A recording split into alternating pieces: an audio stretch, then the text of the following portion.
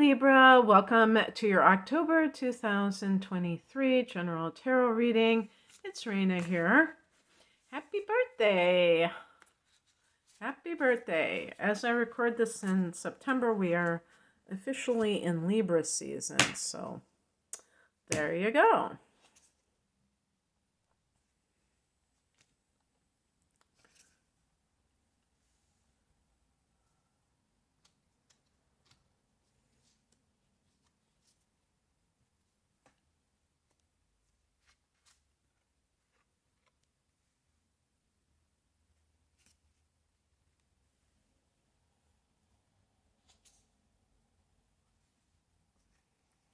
Okay.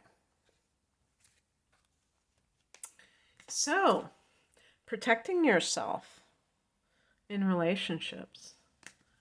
How do Libra people do that? By seeing things as they are. The Ace of Swords. Well, we'll get to it. Maybe, having a separate bank account wouldn't hurt. Four of Pentacles. The heart of the matter is the Strength card.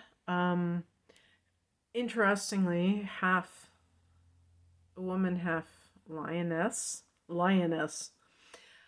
This is a card of maybe regaining your strength, in particular, finding your confidence, finding that sense of yourself that you are not going to allow somebody to maybe do what they've done. You are having a solar eclipse in your sign on October 14th. And so that may symbolize, but actually activate you in some way to really focus on yourself. This is your first house. So really shining that light very, very strongly and planting new seeds in something that represents independence for you, Libra. And so in the past position, we have the Lover's card, which can indicate some kind of relationship. Sometimes this can represent the sign of Gemini. It can represent a choice that has to be made, and you may choose yourself because even the Libra people that are notoriously, having a hard time, indecisive, notoriously indecisive, even those people can make decisions eventually. And whatever is in your best interest would be a decision that you may feel like, yes, this is the one that I'm going to make because I have to honor myself. So if you find yourself in that position, well, this is actually the past position, so chances are this would have been something that you've already had to deal with. But in some cases, like for instance, if a person is having an affair, the Strength card can mean that your sense of confidence maybe is boosted by that relationship, even though it's clandestine, even though you could say, quote unquote, it's wrong if you are currently married or otherwise involved with somebody seriously, that it was, even if it doesn't last, it's like kind of a bridge or a springboard to an upgraded version of your life, so that it serves a purpose. And the higher message is the Hierophant.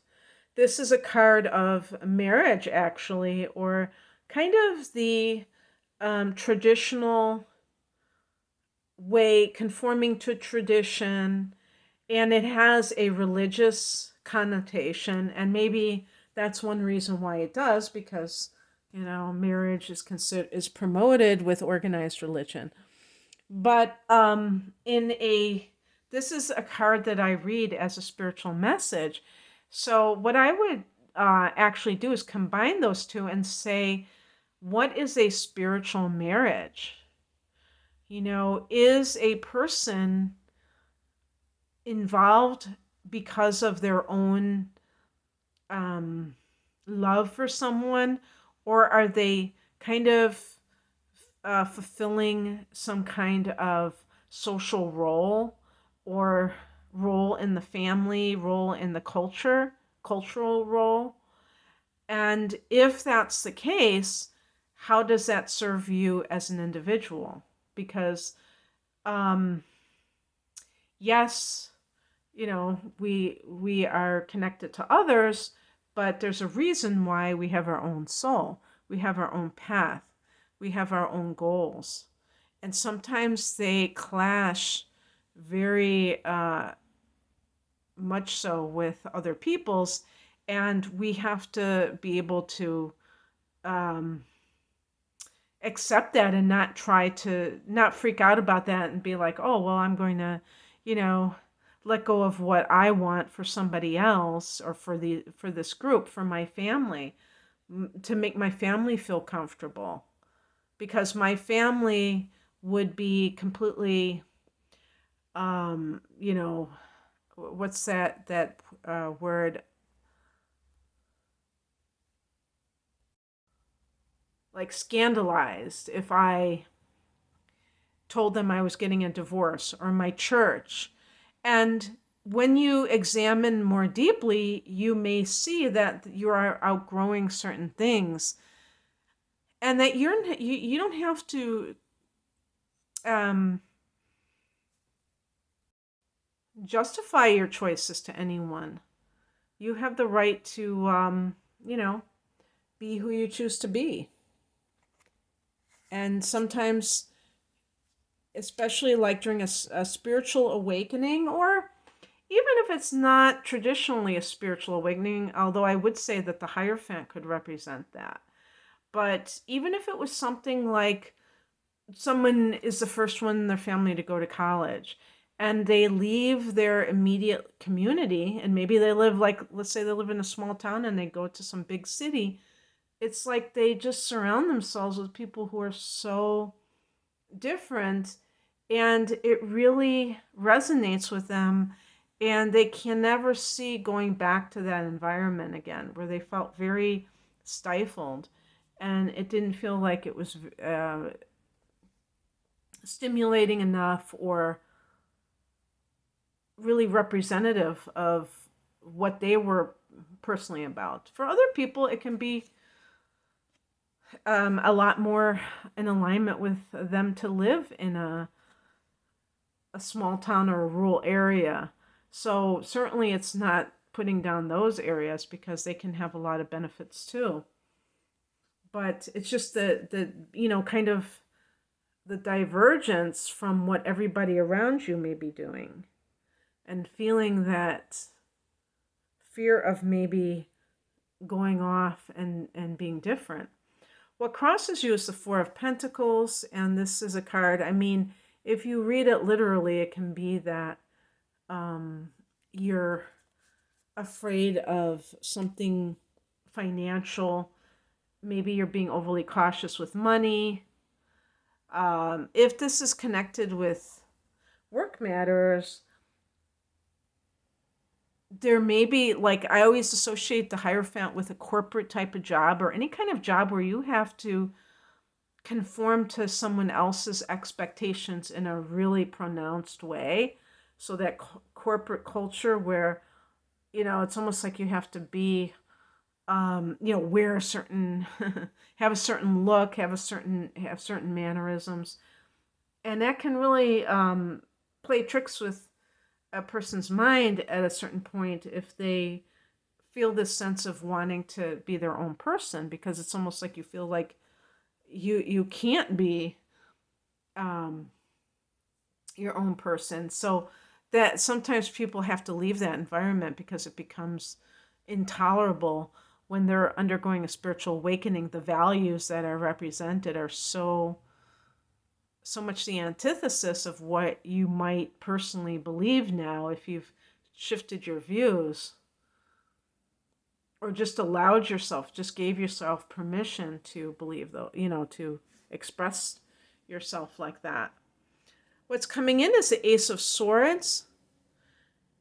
So, and by the way, with the Four of Pentacles, there may be some issue with money if this is like a marital situation. That someone is like, if you're in a relationship with someone and they are kind of raiding the piggy bank and you're not vigilant about that, you may get an unpleasant surprise because you may find out that everything isn't what it seemed, and then you're kind of left scratching your head, but it's because perhaps you're with someone who is not really respecting those boundaries and is not, and I would say especially if they are not contributing financially or you are contributing the bulk of the money. The Ace of Swords can mean that you find this out at some point, that this becomes something that you are aware of. And actually, Taurus, the lunar eclipse on the 28th is in Taurus, and that is in the house of shared resources. And it's a lunar eclipse, so it could really bring that front and center. But I have like a feeling, even with the Ace of Swords, unless that is the catalyst for that, and then you are forced to deal with the fact that you're with someone who is doing that, and by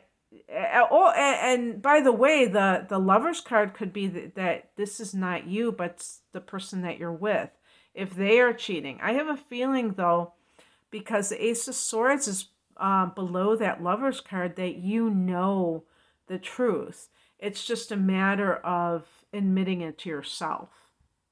The Ace of Swords is seeing things as they are, is having and being able to take future action because you're kind of like in that awareness of what is going on.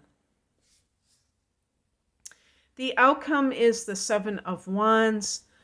You in your pink bubble, protected from some of the more aggressive things that are going on.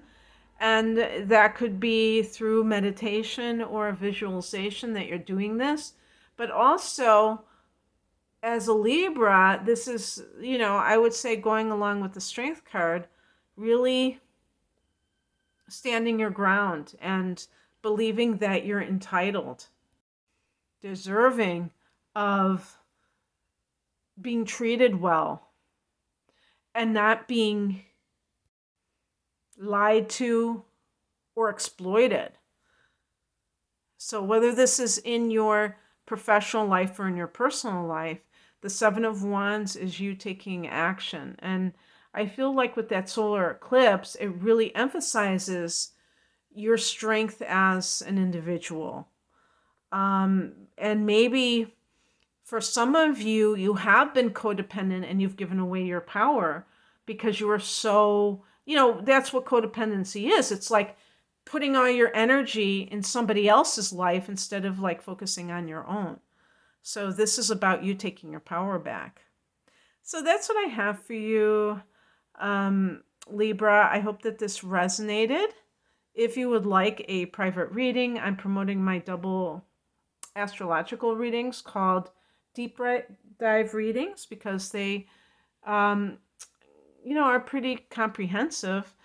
And at least an hour of natal chart analysis and an hour of transits for the upcoming year, which can be really cool for people who are either Libra Sun or Rising, because this is the time of year when you are experiencing that Sun, starting a new cycle, beginning in that first house, and you can see like what kind of themes are emerging for the next year, especially since you have eclipses in your sign and your opposite sign of Aries.